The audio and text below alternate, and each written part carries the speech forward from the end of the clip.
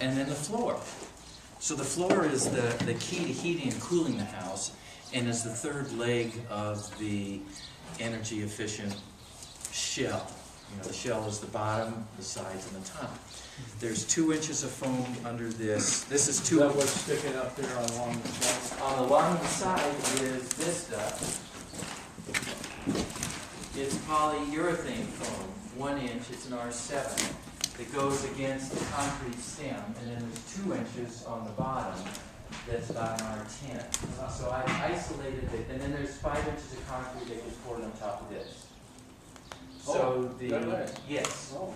and that's how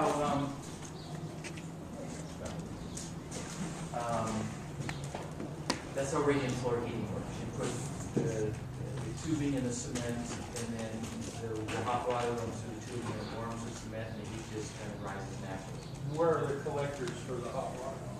Or the solar collectors? The solar collectors are on the roof. Then there'll be a tank around the corner in the garage. And then this manifold, each section has a manifold, a loop system. So this one here is for this bedroom wing. This manifold is for the central, and then there's a manifold over there for that bedroom wing. In my soffitted area where my ductwork will be is where I'll bring those 2 loops in. Then these 2 will come into the soffit and go through the wall and meet the solar tank in the garage. And that's where the pumps and the regulators will be. So there won't be any other heating?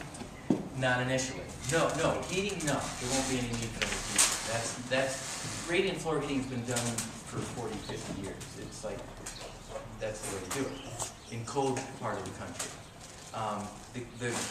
The experimental part is how to cool the house with this stuff, and can it be done? So I'm going to make cold water in the summer and run cold water through these tubes to cool down the floor to about 60, 65 degrees.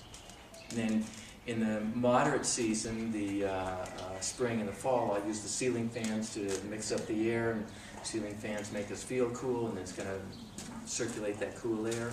So the only question really is July and August in the monsoon times with the humidity. And will I need an air conditioning to dehumidify? Probably yes, which is why I'm going to put in the ductwork in the beginning.